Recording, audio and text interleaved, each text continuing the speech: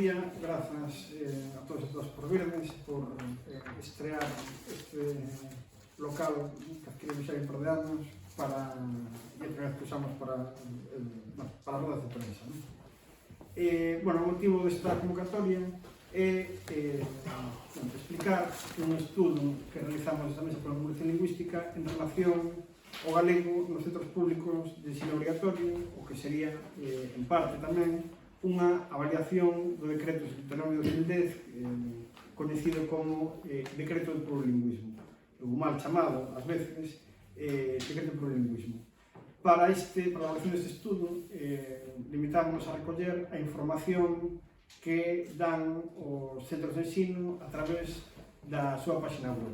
E, dentro disso, analizamos diferentes aspectos desses que están contemplados na página web dos centros e, por tanto, información pública da que teñen que dispor o conxunto da comunidade educativa, tanto no profesorado como pais e nais, como o propio estudantado, e información que ten que ter e que debe analizar, ademais, e avaliar cada 4 anos a Consellería de Educación tal e como establece o decreto de plurilingüismo. De todos os xeitos, imos ver a continuación como esa avaliación non existe e como a propia Xunta faltanlle datos, ou cando menos datos dos que son públicos a través da página web dos centros.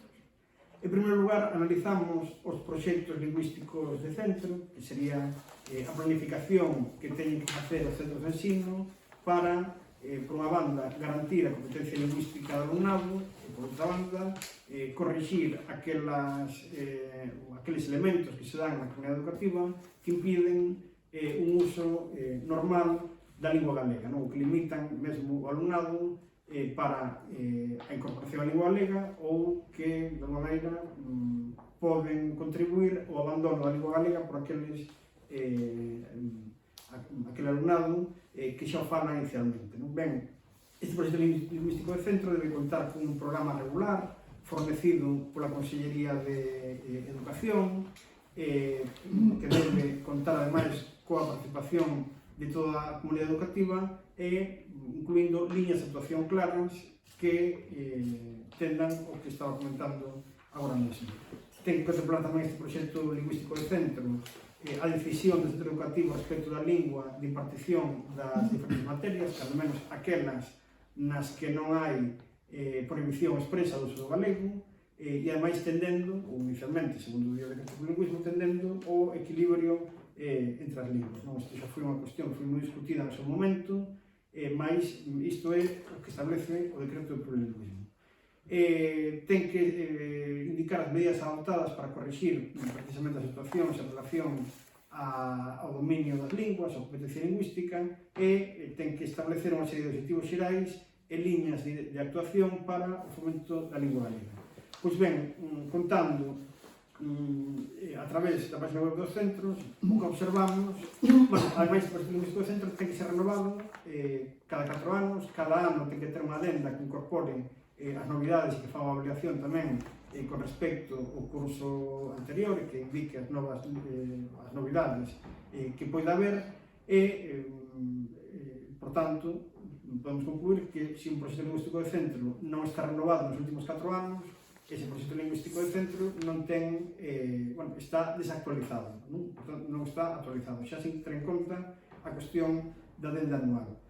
O que observamos é que o 60% dos centros de ensino de Galiza ou teñen o proxecto lingüístico de centro desactualizado ou non oferecen ningún tipo de información del na súa página web.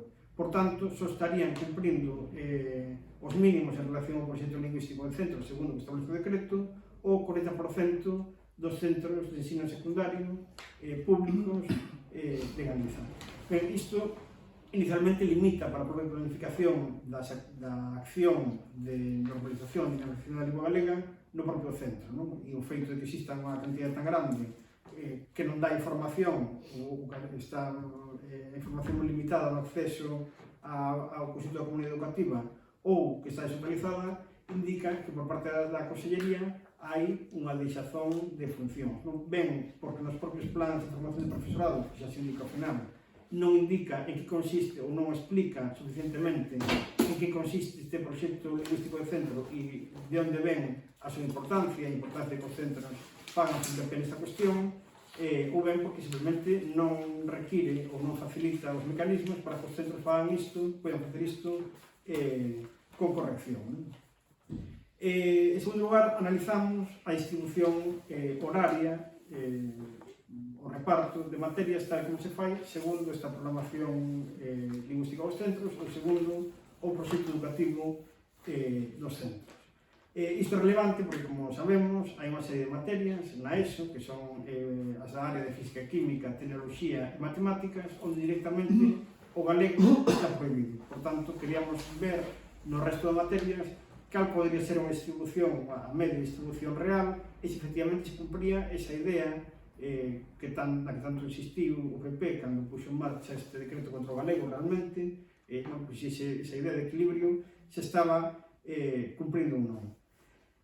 Partimos do seguinte, que é a distribución horaria básica que fixa xa inicialmente o decreto de trilingüismo para o conxunto da ESO. Por tanto, isto xa denunciamos no seu momento. Ben, Nuria, que agora dicía que xa denunciamos no seu momento, senta aquí,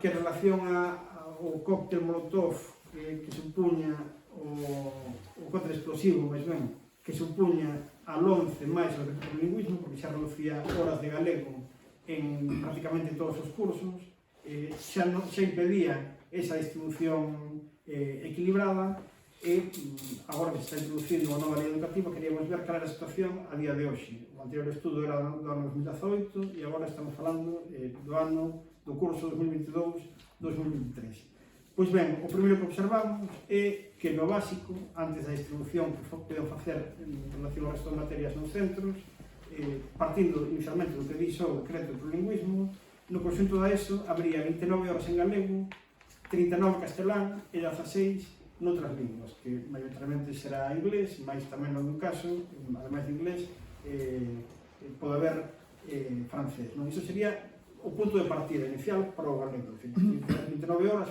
en galego fronte a 39 en castelán. Respecto disto e do que indican os propios centros de ensino na distribución horaria, queremos ver se había algún tipo de desviación. E pudemos confirmar que en 53 centros de ensino non se correspondía a lingua que se declaraba na documentación do centro que se tiña que partir de determinada materia co libro de texto. Por que é importante o libro de texto? Porque tamén o decreto de lingüismo establece que os libros de texto e os materiais didácticos que se empreguen en cada materia que se teñen que corresponder coa lingua de impartición da aula. Por tanto, xa detectamos inicialmente nos libros de texto, nos físicos, non nos de sempre, unha desviación que nos parece considerable, que nos estamos falando de 300 centros. Pois en 53 había esa pequena desviación sempre en contra do galego. Sempre a materia que se ten que partir en galego é a que logo ten o libro de texto, o que se pide o centro, en castelán. Mais, agora temos algo que nos permite unha aprobación máis fácil que ir centro a centro, que é o caso de Elisgal, que é o programa de libro electrónico da Xunta. Son libros de texto electrónicos que fornece a propia Xunta de Galiza a través de acordos con diferentes editoriais. Ben, aquí é o máis grave, unha das cousas máis graves que detectamos nese estudo, e é que, ademais das materias onde está prohibido por decreto o uso do galego, de facto, o galego prohíbese en 7 materias máis, que corresponden a 6 en cuarto da ESO e unha en terceiro da ESO. E estas materias son, concretamente, filosofía, cultura clásica, latín, economía, música, educación plástica visual e audiovisual en cuarto da ESO e cultura clásica para terceiro da ESO. Isto é algo que nos parece especialmente grave, non chega con que se proíba o galego en materias como física química, tecnoloxía ou matemáticas, sino que máis pola vía dos feitos que impedindo desde a propia Xunta, das materias que fornece a propia Xunta de Galiza, impedindo que se poden empregar materiais didácticos e libros de texto digitais en galego. Isto ademais de que incumpre clarísimamente o marco legal que o propio Partido Popular estableceu en contra do galego, incumpre máis en contra do galego aínda, ademais frustra calquera intento do profesorado por cumprir a normativa que establece o centro na distribución horaria ou intentos de corrixir precisamente os problemas de competencia lingüística que se están a detectar dentro do alumnado. Recentemente, o Instituto Galego de Estadística alertaba sobre o amplo descoñecemento de galego que hai na poboación menos de 15 anos, tanto no uso, na posibilidade de uso oral, de cantidad de alumnado que descoñece, que é incapaz de falar galego, como na cantidad de alumnado que é incapaz de escribir galego. E ademais é un dato que se incrementou notablemente nos últimos anos, do estudo anterior do IGE, e que está sendo denunciado en moitos foros internacionais. Ben, se ademais dos libros de texto engadimos a carga horaria que teñen esas materias onde está prohibido o galego de facto ou por decreto, encontrámonos con que nos centros que teñen el ISGAL, que teñen este libro electrónico fornecido pola Xunta, a base da que parte o galego para a distribución despois futura sería de 30 horas en galego, 55 en castelán, aumenta considerablemente, e 16 para outras linguas. Só o feito de que o ISGAL limite os contidos en galego ou simplemente non existan xa introduce moita máis carga horaria para o español, que ten en conta, non están postos por escrito, pero que serían un total de 128 horas. Pois diso, a maior carga horaria inicialmente levan o castelán, con esa diferenza de 25 horas no caso dos centros que teñen el ISGAL. Poderíamos mesmo pensar que no resto se pode facer, hai posibilidades de facer algún tipo de distribución equilibrada, mas cando vamos ás linguas nas que están cada un deses libros, vemos como no caso de educación física, por exemplo, en primeiro da ESO, de 4 posibilidades que hai, de 4 libros posibles, só un está en galego. Ou en educación plástica, visual e audiovisual, tamén en primeiro da ESO, das 4 posibilidades que hai, só unha está en galego. En religión, a cuestión está máis equilibrada, un pouco máis fora do castelán, mais o mesmo caso que comentei antes, sería para a educación física, música e valores éticos en segundo da ESO, ou e está un pouco máis equilibrado en terceiro da ESO, educación e valores cívicos. En todo caso, a posibilidade de uso do galego do resto de materias se quedan sin asignar é maioritariamente nesta proporción de 4 a favor do español, unha a favor do galego. Por tanto, hai unha desigualdade moi clara e moi evidente. Ben, poderíamos estar a falar dunha neglixencia absoluta e desleixo da Xunta na aplicación do seu propio decreto, mas o que observamos con moita claridade é que aquí o que hai unha eliminación paulatina de calquera mínima presenza do galego nas aulas e que esta desaparición do galego nas aulas é claramente intencionada e que está perfectamente calculada.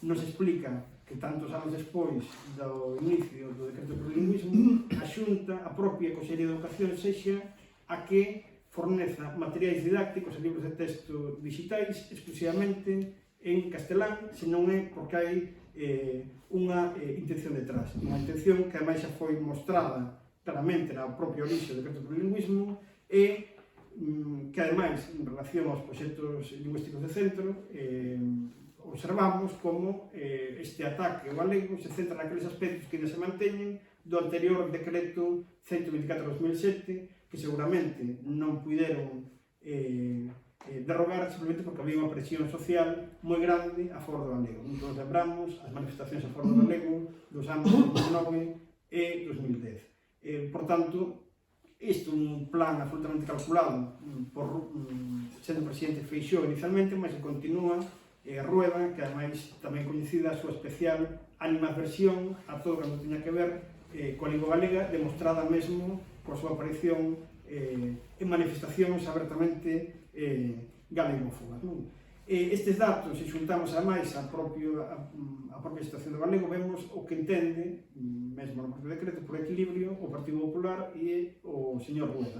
Para eles parece que equilibrio é falarmos desta presenza do galego nas aulas, desta descompensación en contra do galego, ou é falarmos da inexistencia de xogos e xoguetes en galego para a mocidade e para a infancia, ou ver a escasa presenza do galego no ámbito audiovisual.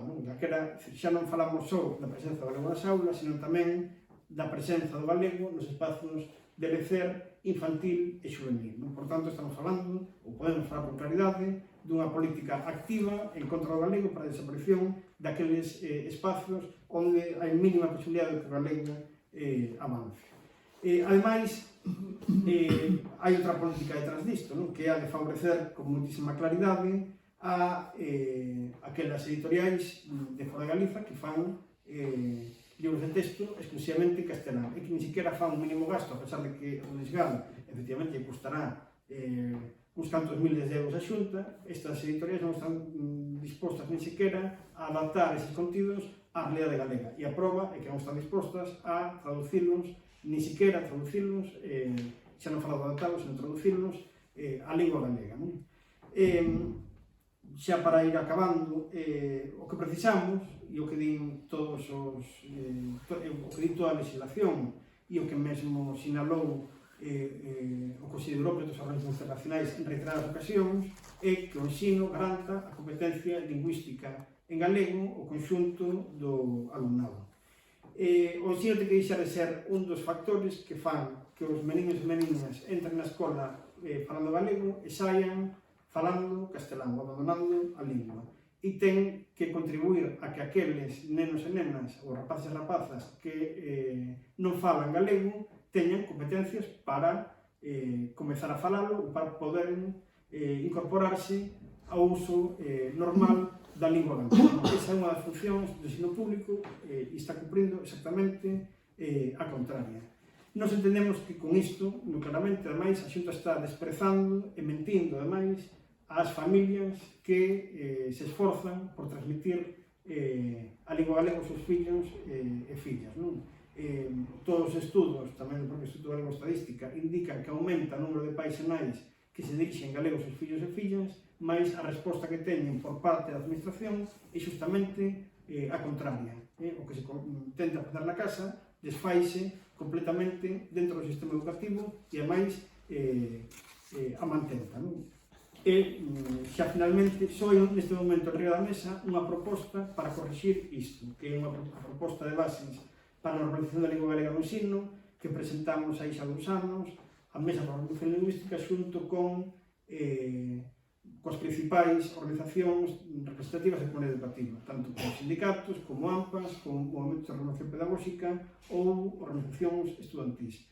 Por parte da Xunta de Galiza e por parte do Partido Popular, nomeadamente, só recibimos como resposta o veto sistemático á nosa comparecencia na Comisión de Educación do Parlamento Galego, simplemente para poder explicarla, e que a partir desa explicación pode haber unha variación para corrixir a favor do galego aqueles elementos perniciosos do decreto por lingüismo. E, por outra banda, só temos como resposta a negativa constante da Xunta de Galiza a avaliar o funcionamento e o cumprimento dos obxectivos do decreto de plurilingüismo. Con estes datos entendemos por que a Xunta non quere avaliar o decreto de plurilingüismo, a pesar de estar esa avaliación ser obrigada no propio contido do decreto. Non quere avaliarlo porque sabe perfectamente cales son os datos reais de desaparición da lingua galega do ensino e, ademais, cales son os datos reais de descoñecemento da lingua galega por unha cantidade crecente do alumnado. Xa sen máis, ele que xa comentei ao principio, non sei se queres comentar algo sobre o procedimento para xuntar estes datos que fomos seguindo. Deixo a palabra a María Fociños, que foi bolseira e estudante de Filoloxía Galega xa do último ano, que a través do acordo que temos con a Universidade de Santiago sobre a Filoloxía, pois nos axudou a mergullarnos nos datos que nas páginas web dos centros, precisamente para obter este resultado que estamos presentando. Eu antes, se me permites, quería engadir as túas conclusións, que pareceme que o galego, que teñen a lingua galega relegada á cultura, pois en moitos proxectos lingüísticos de centro atopeime que os mesmos centros no proxecto lingüístico non inclúen a distribución de materias, non inclúen a distribución horaria das materias, senón que o que fan é establecer actividades como poden ser o San Marín, o Magosto ou deste estilo, non? Prototípicamente galegas, e deixan dun lado a lingua e o estudo da lingua. Entón, ao final, volve quedar a lingua relegada á cultura e ao folclore. En canto ao procedimento, pois, grazas a Marcos, pois seguimos o procedimento de ir mirando centro por centro de ensino secundario público obrigatorio en Galicia. Se incluía na súa páxina o proxecto lingüístico. Moitas veces o proxecto lingüístico estaba dentro do proxecto educativo do centro e outras veces sí que tiña un apartado aparte. Pero, bueno, pois, en moitos non estaba público ou poñía que só aparecía unha venda ou mesmo dicía verase no proxecto lingüístico, mais non aparecía o proxecto lingüístico en ninguna parte publicado. E o que fixen foi, naqueles que aparecía o proxecto lingüístico, establecín todas as materias de cada curso, puxenas sobre un papel coa carga horaria correspondente e comprobei con libros de texto. Porque, mediante os libros de texto, como explicou Marcos, pois podíamos facer esa comprobación de se a lingua que aparecía no proxecto lingüístico coincidía coa lingua do libro de texto. Cando en moitos casos, pois, obviamente non coincidía. Ese foi un pouco o meu procedimento. Un dato que me chamou a atención, o pasa que non me quedou claro, cando falabas máis algo do proxecto lingüístico ou do galego no ensino, pero que está tendo consecuencias, non? Como é o tema dos rapaces que non teñen un control do galego.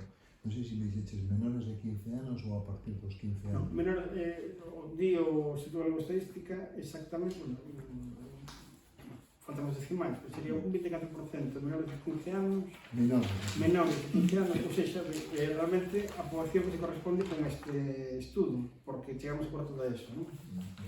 Aquí non analizamos o bacharelato, onde a distribución horaria non ven fixada polo decreto, non establece, falase de equilibrio, o equilibrio máis ou menos é aproximadamente este, non? Ou seja, inexistencia do galego, pero centramos nese ámbito que é obrigatorio, primeiro a cuarto da ESO, que precisamente o que afecta a menores de 15 anos, non?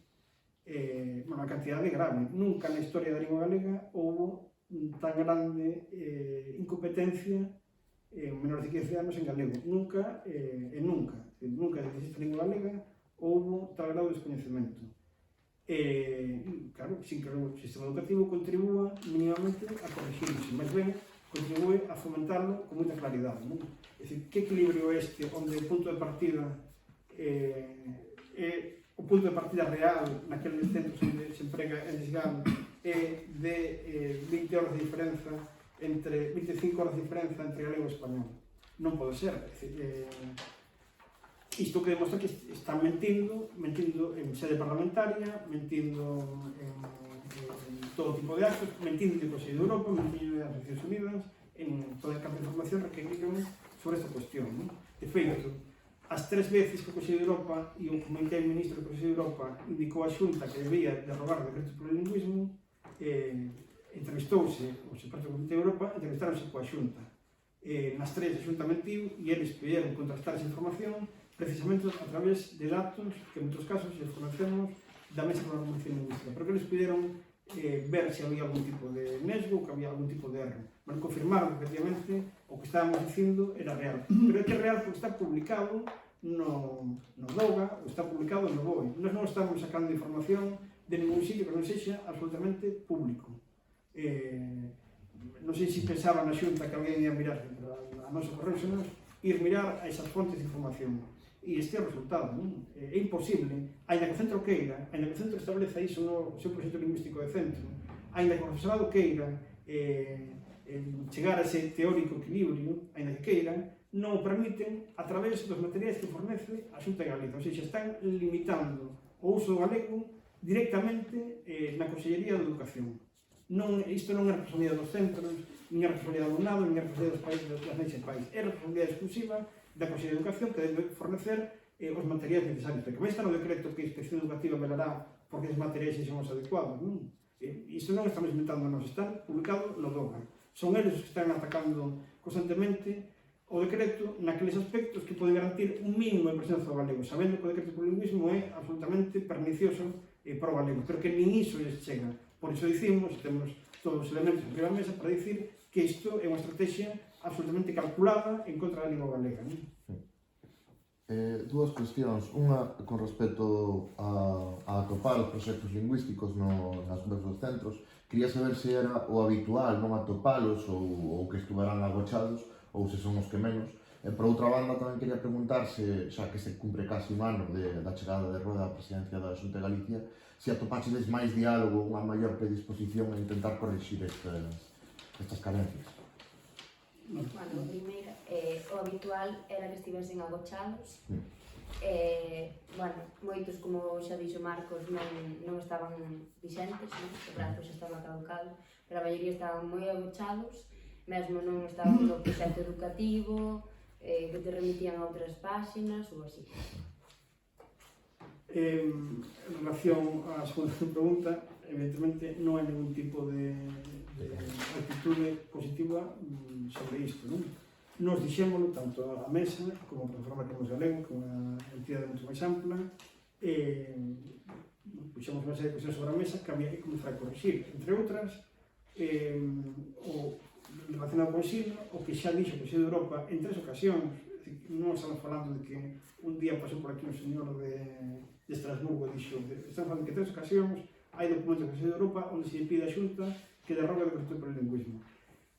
Na nosa banda, puxemos unha alternativa en la mesa, que é que se fixo conjuntamente coas principais organizacións sindicais do ensino, con todos os momentos de formación pedagóxica, coas AMPAs galegas e co estudantado.